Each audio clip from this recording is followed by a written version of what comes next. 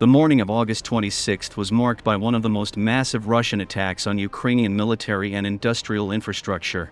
Russian drones and different types of missiles pounded targets in dozens of Ukrainian cities. They included military airfields, air defense systems, military bases. Ukrainian energy infrastructure was heavily damaged.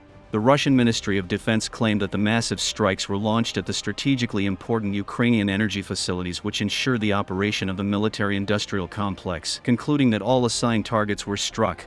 With their rear burning, the armed forces of Ukraine attempted strikes on Russian western regions. At least 24 Ukrainian drones were destroyed in 8 Russian regions at night.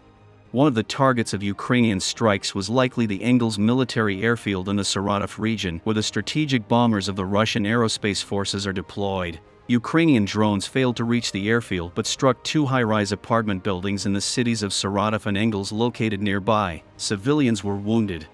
The Russian military maintains its dominance both in the air and on the front lines. The heavy battles on Ukrainian battlefields resulted in new tactical victories of the Russian army. The armed forces of Ukraine are still grinded in the Russian Kursk border region. The front lines remain almost unchanged, and Russian forces are repelling Ukrainian attacks in different directions. Russian reinforcements allowed to repel Ukrainian forces from the outskirts of the village of Malaya Lokhnya and secure Russian control there. Ukrainian attempts to attack in Koronivo are thwarted. The settlement remains under the full Russian control. In the area of Sudza, Russian forces launched counterattacks near Cherkasskaya Konopelka.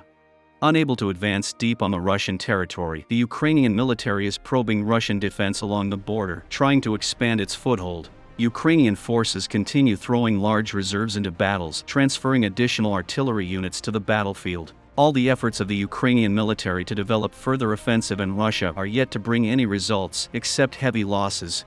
Meanwhile, Russian advance on the Donbass front lines does not stop. In the Pokrovsk region, the Russian army is expanding its zone of control towards the city of Mirnograd from several directions, including on the banks of the Karlov water reservoir.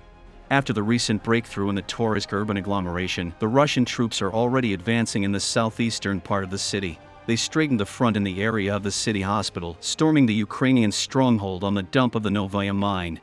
In recent days, Russian forces achieved new victories in the Ugledar direction.